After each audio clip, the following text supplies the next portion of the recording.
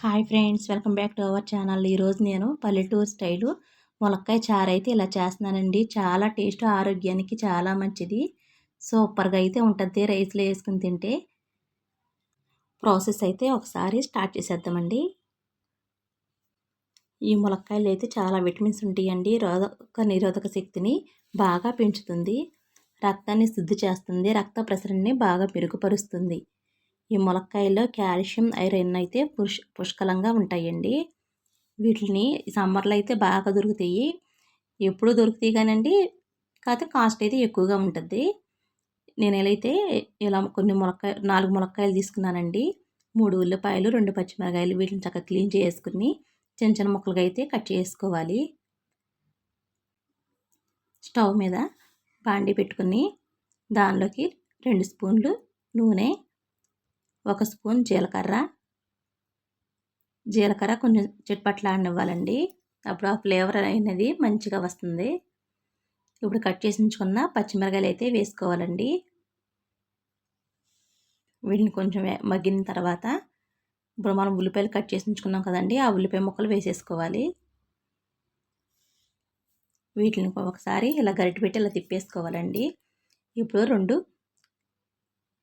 కరివేపాకు రెబ్బలు అయితే వేసుకోవాలి. వేసుకుని ఇలా ఒకసారి అయితే కలిపేసుకుందామండి.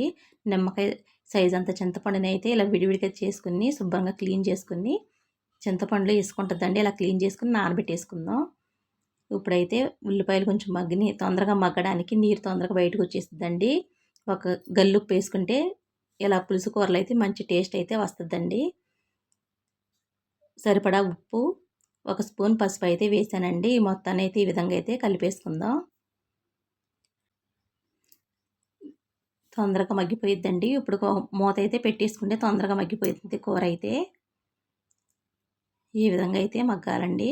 ఇప్పుడు మనం ముందుగా కట్ చేసి ఉంచుకున్నాం కదండి ములక్కాయ ముక్కలు, వాటిని వాటర్లో కడిగేసుకుని ఇలా అయితే వేసేసుకోవాలి. ఈ ములక్కాయ ముక్కలను కూడా వేసి ఒకసారి అయితే కలిపేసుకోవాలండి. మొత్తం ఒకసారి కలిపేసుకుని మూత పెట్టేసుకుందామండి. ఒక 5 నిమిషాలు మగ్గితే సరిపోతుంది. మంచి టేస్ట్గా అయితే ఉంటుంది. రైస్లో అసలు తీసుకుని చారు పోసుకుని తింటే చాలా టేస్ట్ అయితే వస్తుందండి. ఇలా అయితే మగ్గిపోయిందండి. ఇప్పుడు 1 స్పూన్నర వరకు కారం వేసుకుందాం. కారం వేసుకున్నాక ఒకసారి అయితే మొత్తం కలిపేసుకుందామండి. కారం అయితే నేను వేసింది సరిపోయింది. 1 గ్లాసున్నర వరకు నీళ్ళు అయితే పోసుకోవాలండి. మనం చారు కదండి పెట్టేది. ఉల్లిపాయ చక్కగా శాంతం ఉడికిపోయే వరకు అయితే, అప్పుడే చారుకి మంచి టేస్ట్ అయితే వస్తుంది.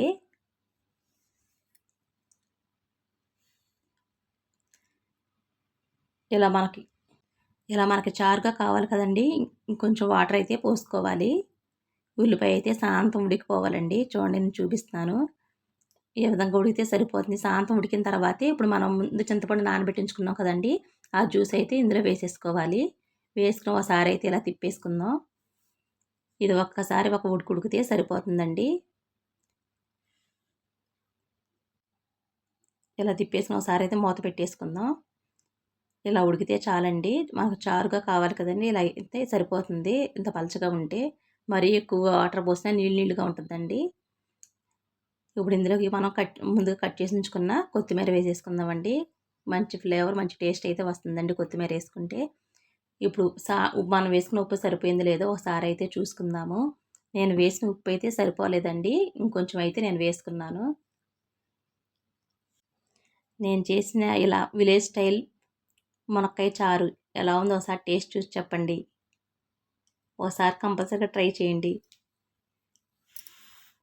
ములక్కాయలు కూడా చక్కగా బాగా ఉడికినాయండి. ఈ విధంగా ఉంచుకుంటే సరిపోతుంది.